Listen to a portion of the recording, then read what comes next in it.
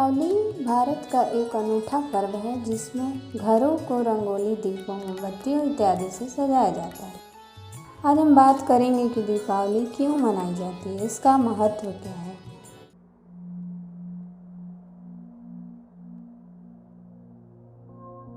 इस ब्रह्मांड के रचयिता श्री ब्रह्मा के अनेक पुत्रों में 4 पुत्र हैं, सनक, सनंदन, सनातन और सनत कुमार। इन्हें चतुष कुमार भी कहा जाता है। ये चारों कुमार ब्रह्मा के अन्य पुत्रों से बड़े हैं, फिर भी वे 5-6 वर्ष के बालक के समान दिखते हैं। एक बार चतुष कुमार तीनों लोकों में घूमते हुए विष्णु लोक पहुँचे, जहाँ भगवान विष्णु वास करते हैं। वैकुंठ धाम के द्वारपालकों के नाम हैं जय और विजय।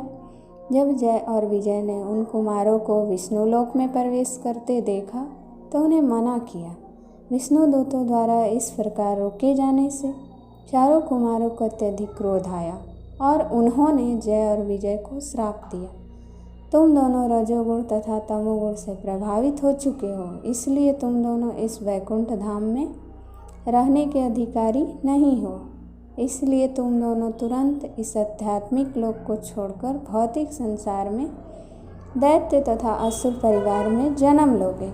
जब जय विजय ने क्षमा याचना की तो फिर उन द्वारपालों पर करुणा करते हुए कहा कि तुम 3 जन्मों के लिए असुर योनि को प्राप्त होगे, फिर वापस इस वैकुंठ धाम पे द्वारपाल बनोगे।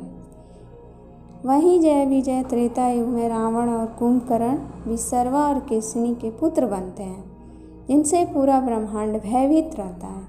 रावण को दशानन भी बोला जाता है। उसे ब्रह्मा जी वरदान प्राप्त था कि उसे कोई भी न मारे, परंतु घमंड में उसने मनुष्य से न मारे जाने का वरदान नहीं मांगा, क्योंकि वह मनुष्य को बहुत तुच्छ समझता था। भगवान विष्णु ने इसका फायदा उठाया और मनुष्य रूप में रावण का वध किया। राजा दशरथ अयोध्या नगरी के राजा थे। यह नगरी सरयू नदी के किनारे बसी थी। अयोध्या बहुत सुखी और संपन्न नगरी थी। यहाँ के वासी, चाहे वो स्त्री हो या पुरुष हो, सत्यवादी थे। उनका अपनी इंद्रियों पर पूर्णतः वश था। अयोध्या में कोई चोर, लंपट, गरीब नहीं था। अयोध्या में सभी भगवान विष्णु पे पूरी तरह आश्रित थे। राजा दशरथ की 3 रानियाँ हुई, कौशल्या, कैकेयी और सुमित्रा।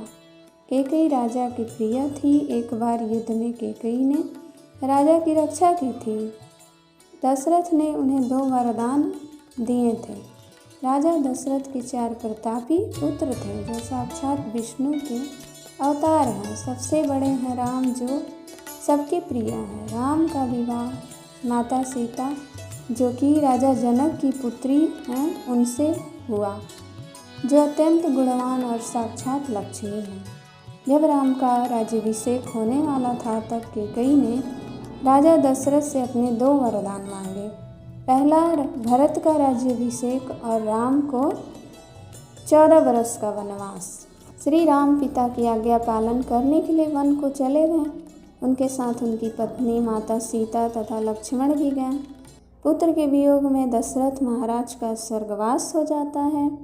माता सीता का अपहरण रावण द्वारा किया जाता है। फिर भगवान राम, हनुमान, सुग्रीव तथा अन्य वानरों की सहायता से रावण का वध करते हैं, जो पृथ्वी ही नहीं अपितु पूरे ब्रह्मांड को भयभीत करने वाला था। रावण को मारने के बाद श्री राम, उनकी पत्नी सीता, उनके अनुज लक्ष्मण तथा अन्य वानरों समेत 14 वर्ष बाद अयोध्या आते हैं।